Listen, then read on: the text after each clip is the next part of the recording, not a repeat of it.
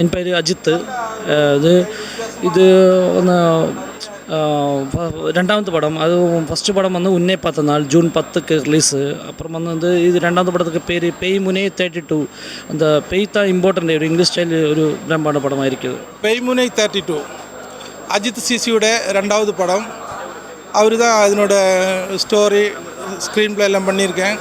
அதில் வந்து ஒரு மெயின் வில்லன் கேரக்டர் தான் பண்ணுறேன். நல்லாயிருக்கும். வித்தியாசமான பேய். என்னோடய கேரக்டர் வந்து ஒரு பஸ் டிரைவர்.